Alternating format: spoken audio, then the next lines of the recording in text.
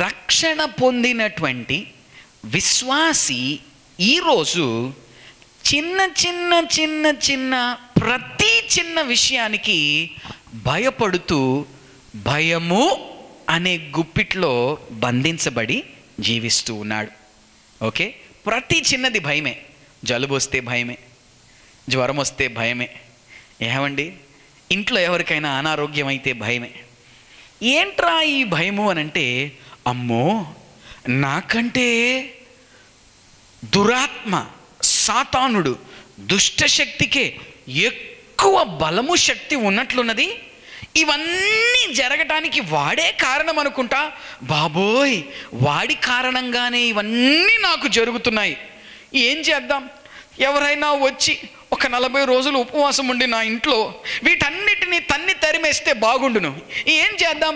ఎవరైనా వచ్చి ఇల్లంతా నూనె జల్లి అభిషేకించి ప్రార్థన చేసి, ఏమండి ఆ దురాత్మతో పోరాటం చేసి, వాడు ఒక గుద్దు, వీడు ఒక గుద్దు, వాడు ఒక గుద్దు, ఈ దైవ సేవకుడు ఒక గుద్దు, ఇట్లాంటి పోరాటం ఏమన్నా జరిగి ఈ దుష్టులను తన్ని తరిమేస్తే నా ఇంట్లో నుండి బాగుండునే. అట్లాంటి వారు ఎవరున్నారా అయ్యా?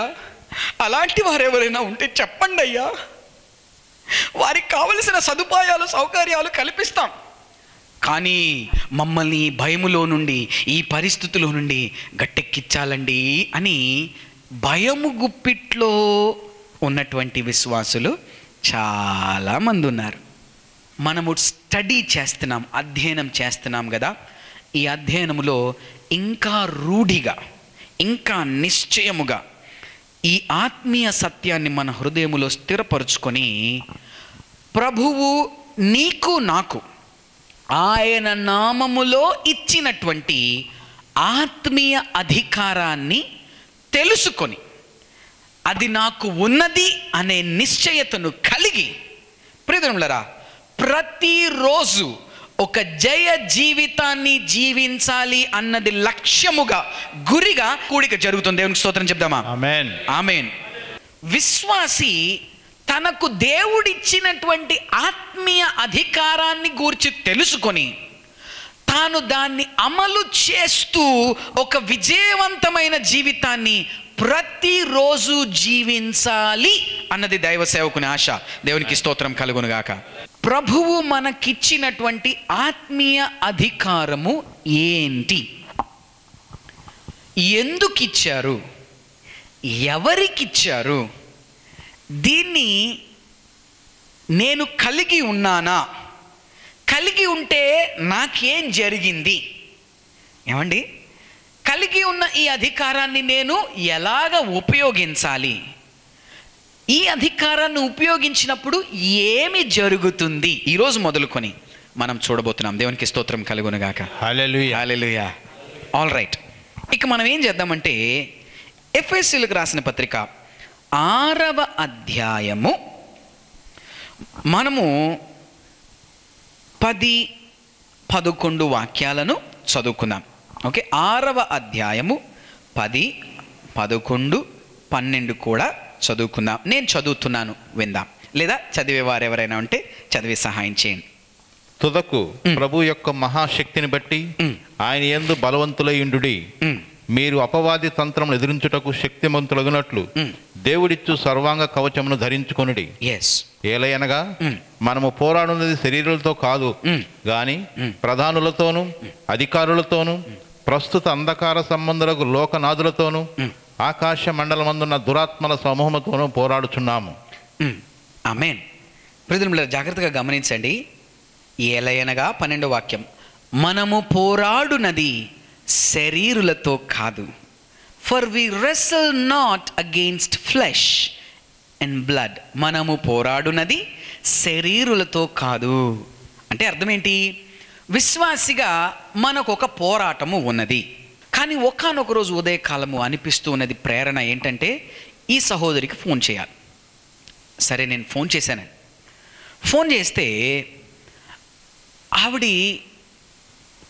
ఒక భయంకరమైనటువంటి భయము, ఆందోళనలో ఉన్నట్లుగా తన పలకరింపులో, తన మాటలలోనే నాకు అర్థమైనది. పాస్టర్ గారు, మీరు ఫోన్ చేసినటువంటి ఈ సందర్భం చాలా నాకు ఆశ్చర్యాన్ని కల్పించే సందర్భం.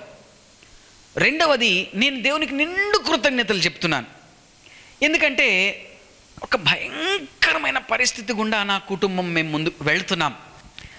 ఏంటమ్మా సహోదరి అని అడిగాను. ఏంటి అని అంటే, పాస్టర్ గారు, మేమున్న అపార్ట్మెంట్లోనండి మా ఫుట్వేర్, మా చెప్పులు పెట్టుకునేటువంటి ఒక ర్యాక్ ఉన్నదండి. కొద్ది రోజుల నుండి తరచుగా ఎవరో అక్కడ నిమ్మకాయలను కోసి వేస్తున్నారండి. కుంకుమ పసుపు ఉన్నదండి. రోజు మేము నిద్రపోయినటువంటి సందర్భంలో ఇది జరుగుతూ ఉండగా నా భర్త ఇటీవలే అమెరికాకు వెళ్ళాడండి. నేను ఒంటరిగా ఉన్నాను, చిన్న చిన్న పిల్లలు ఉన్నారు. తలుపు తెరిచి చూసేసరికి మా గుమ్మం ముందు ఇది ఉన్నది. భయంకరమైన ఒక భయము నన్ను ఆవరించిందండి. ఎందుకో తెలీదు, మా ఇద్దరు పిల్లలు సిక్కైపోయారండి. ఎందుకో తెలీదు, ఇవి జరిగేటప్పుడే నాకు కూడా ఆరోగ్యం బాగోలేదండి, అనారోగ్యంగా ఉన్నానండి. నా భర్త ఏమో అమెరికాలో ఉన్నాడండి. ఇది ఇట్లాగా ఉండగా తెలిసినటువంటి ఒకరు ఏం చేశారంటే, ఒక దైవజనుడిని పిలిచారండి. ఆ దైవ సేవకుడు మా ఇంటికి వచ్చి, మీకు మీ ఇంట్లో ఇది ఉన్నది, అది ఉన్నది, అది ఉన్నది, ఇది ఉన్నది, ఇదెందుకు ఇక్కడున్నది, అదెందుకు అక్కడున్నది, ఈ డబ్బా ఇక్కడెందుకున్నది, ఈ పర్ఫ్యూమ్ మీద ఈ బొమ్మ ఎందుకున్నది అని చెప్పి రకరకాలుగా మమ్మల్ని భయపెట్టి ఆ వస్తువులన్నీ పడేయించి ఒకలాంటి భయము అనే పరిస్థితుల్లోకి మమ్మల్ని తీసుకువెళ్ళి, ఈరోజు మా పరిస్థితి ఏంటంటే నిద్రపోవటం కష్టంగా ఉన్నది. ఇంట్లో భర్త లేరు, పిల్లలిద్దరే ఉన్నారు, చిన్న చిన్న పిల్లలు. నిద్రపోవటం కష్టం. ఏమండి, ఆందోళన, భయము మమ్మల్ని ఆవరించున్నది. ఇలాంటి సందర్భంలో మీరు ఫోన్ చేశారు, పాస్టర్ గారు ఏం జరుగుతుందో నాకు తెలియట్లేదు, దయచేసి ఒక్కసారి మమ్మల్ని విజిట్ చేస్తారా అని అడిగారు. నేను అన్నానమ్మ, విజిట్ చేస్తాను, కానీ దానికంటే ముందు మీకు ఒక విషయం చెప్తాను. బైబిల్ ఉందా మీ దగ్గర? ఉన్నది పాస్టర్ గారు. అయితే రండి, కలిసి మీరు విశ్వాసిగా ఉండగా వీటిని చూసి ఈరోజు ఇసుమంతైనా కొంచెమైనా భయపడే అవకాశం మీకు లేదు. ఎందుకో మీకు నేను చెప్పాలనుకుంటున్నాను అని తనతో ప్రభు విశ్వాసులుగా ఉన్న మనకి ఇచ్చినటువంటి ఆత్మీయ అధికారం ఏంటో ఇంచుమించు 1 గంట సమయం పట్టింది తనతో మాట్లాడడానికి. విషయాలు తెలియజేసి ప్రార్థన చేసిన తర్వాత అన్నది, పాస్టర్ గారు, నా గుండెలో ఉన్న ఈ భయము, ఈ ఆందోళన, ఈ భారమంతా తొలగి నేను తేలికయ్యానండి, మీకు కృతజ్ఞతలు. దేవునికి స్తోత్రం కలుగును గాక. ఆమేన్, ఆమేన్. ఏమండి, విశ్వాసగా ఏమున్నది? మనకొక పోరాటము ఉన్నది. పోరాటము అనే మాటను మామూలుగా మన భాషలో అర్థం చేసుకోవాలి, వాడుక భాషలో. అంటే ఒక ఫైటింగ్ ఉన్నది, ఒక బ్యాటిల్ ఉన్నది. ఏమండి, ఒక యుద్ధం ఉన్నది. విశ్వాసిగా నీకు నాకు ఒక యుద్ధము ఉన్నది. అయితే ఈ పోరాటము మనుష్యులతో కాదు. మన పోరాటము మనుష్యులతో కాదు. నిన్ను ఇబ్బంది పెడుతున్న మనుషులు ఉన్నారు. ఏమండి, ఇంటి దగ్గర అవ్వచ్చు, పని స్థలంలో అవ్వచ్చు, ఇరుగు పొరుగు అవ్వచ్చు, ఎక్కడైతేనేమి నీతో పోరాడేటువంటి మనుషులు ఉన్నారు. అయితే విషయం ఏంటంటే, వారితో తిరిగి పోరాటం మనం చేయవలసిన అవసరం మనకి ఈరోజు లేదు. కారణం, మన పోరాటం మనుషులతో కాదు, కానీ ఎవరితో అంట? కానీ ప్రధానులతోనూ అధికారులతోనూ ప్రస్తుత అంధకార సంబంధులకు లోకనాథులతోనూ ఆకాశ మండలమందున్న దురాత్మల సమూహములతోనూ పోరాడుచున్నాము. హల్లెలూయా. దురాత్మలు అనగానే కొంచెం ఎక్కడో, ఏమండి, ఒకలాంటి జంకు. దురాత్మ అనేసరికి ఇదేంట్రా బాబు పాస్టర్ గారు, ఏదో స్పెషల్ మీటింగ్ అంటే, మీరు రమ్మన్నారంటే మేము వస్తే దురాత్మలతో పోరాటం అంటారేంటండి అనేటువంటిది ఎక్కడో తట్టింది. కానీ ఈ 3 రోజుల అధ్యయనంలో మనము నేర్చుకునేది, తెలుసుకునేది, గ్రహించి రూఢిపరుచుకునేది ఏంటంటే, ఈ దురాత్మలతో పోరాటములో క్రీస్తు నీకు నాకు విజయమిచ్చి విజయం అనే స్థానములో నిలబెట్టాడు. దేవునికి స్తోత్రం కలుగును గాక. హల్లెలూయా. ఆమేన్, ఆమేన్, హల్లెలూయా. మరలా చెప్తాను, మీకు అర్థమయ్యేటట్లు చెప్తాను. ఈ పోరాటము మనకు ఉన్నది. కానీ పోరాటము అన్నప్పుడు, ఫైటింగ్, బ్యాటిల్ అన్నప్పుడు ఏమండి, మనందరికీ టీవీలు ఉన్నాయి, పిల్లలు ఉన్నారు, స్పోర్ట్స్ ఛానల్స్ ఉన్నాయి గనక కొన్ని విషయాలు మనకు తెలుసు. బాక్సింగ్ అనేటువంటి ఆట ఎంతమంది చూసాం? దాదాపు అందరికీ తెలుసు. ఏమండి, బాక్సింగ్ అంటే ఏంటి చెప్పండి? ప్రియ సహోదరి ఎత్తారు చేయి కాబట్టి మిమ్మల్ని అడుగుతున్నా. చెప్పండి అమ్మా, బాక్సింగ్ అంటే. వెరీ గుడ్, అబ్బా సూపర్. సిస్టర్ గారు ఏమన్నాడు అని యాక్షన్ చేసి మరీ చూపించారనమాట. నిజమే, బాక్సింగ్ తెలుగు భాషలో దీన్ని ముష్టి యుద్ధము అంటారు. అంటే ఫిస్ట్, ఏమండి, ఈ గుప్పిలిని ఇలా బిగించి చేసే యుద్ధం అనమాట. ఓకే, పోరాటము. ఏమండి, రెస్లింగ్. ఏమండి, పిల్లలు ఉన్నారు, అబ్బో నవ్వుతున్నారు, వాళ్ళు ఎంత వెలిగిపోతుందో మొహాలు వెళ్ళి. అండ్ రెస్లింగ్ చూస్తామా? WWE. అమ్మో, చిన్నోడు తల ఊపాడు. ఎంత నీ వయసు ఎంత? 8 years. వావ్. సో 8 సంవత్సరాల పిల్లలు అంతెందుకులేండి, నా పిల్లలు 3 సంవత్సరాలు, ఒకటికి 5 సంవత్సరాలు, వాళ్ళకి రెజ్లింగ్ అంటే ఏంటో తెలుసు. వాళ్ళిద్దరు కలిసి చేస్తూ ఉంటారనమాట. సరే, పోరాటము అనే ఈ తలంపు వచ్చేసరికి మనకేమొస్తుందంటే ఆలోచన, అమ్మో అంటే నేను విశ్వాసిని, ఈ వాక్య ప్రకారము దురాత్మలతో, అధికారులతో, ప్రధానులతో, వాయుమండల సంబంధమైన లోకనాథులు, దురాత్మలతో పోరాటము. వాస్తవానికి ఈ 4 గుంపుల దురాత్మలు నేను మళ్ళీ చదువుతాను, ఒకసారి చూద్దాం. ఎలయనగా మనము పోరాడునది శరీరులతో కాదు కానీ ప్రధానులు. అందరూ ఒకసారి అందమా, ప్రధానులు అందమా? ప్రధానులు అనంటే ప్రధానమంత్రి కాదండి, ఈ లోక సంబంధమైన ప్రధానమంత్రి కాదు. ఇది ఒక గుంపు దురాత్మలు, ఒక లెవెల్, ఒక ర్యాంకులో, ఒక స్థాయిలో ఉన్న దురాత్మలు.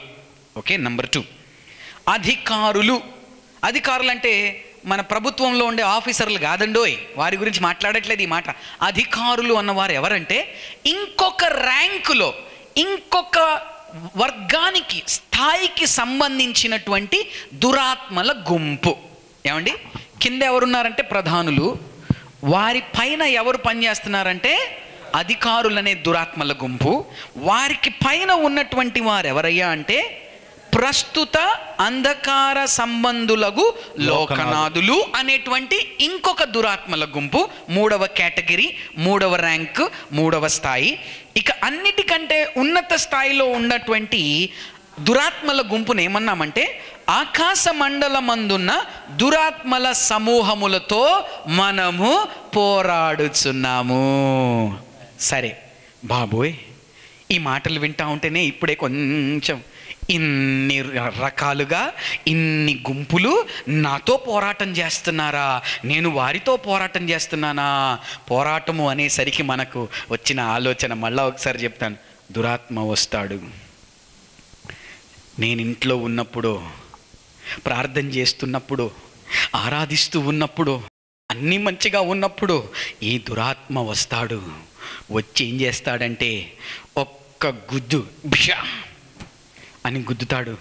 వాడు నా కంటికి కనిపించట్లేదు, మరి నేను ఎలా గుద్దను వాడిని? వాడిని గుద్దటం ఎలాగా? వాడిని కొట్టడం ఎలాగా? అయ్యో బాబోయ్, అంటే వాడి పోరాటములో నాకంటే ఎక్కువ శక్తి వాడికే ఉన్నదేమో అనేటువంటి ఆలోచన చాలామందికి, విశ్వాసులుగా ఉండే చాలామందికి ఉన్నది. కానీ విషయం ఏంటంటే ఈ పోరాటములో, ఈ యుద్ధములో, ఈ రెజ్లింగ్లో దేవుడు క్రీస్తునందు నీకు నాకు విజయాన్ని ఇచ్చి, వాటిపై విజయాన్ని ఇచ్చి, విజయం అనే స్థానములో మనలను నిలబెట్టాడు. దేవునికి స్తోత్రం కలుగునుగాక. ఆమేన్.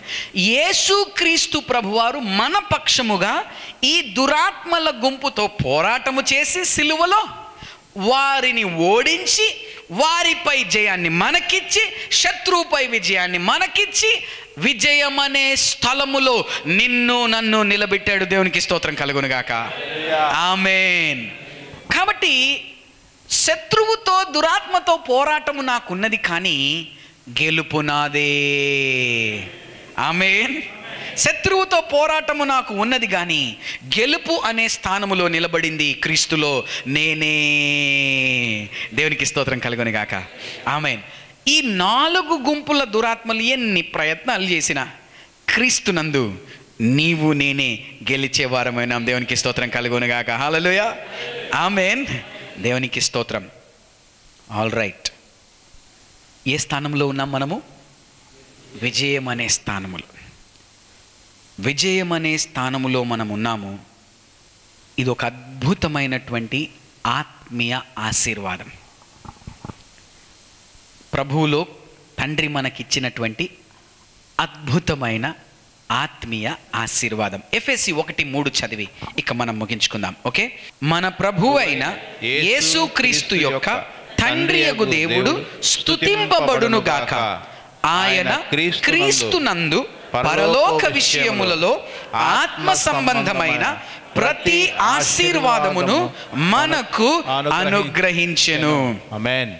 ఆమేన్. ఒకసారి ఈ మాట చెప్పి ముగిద్దాం.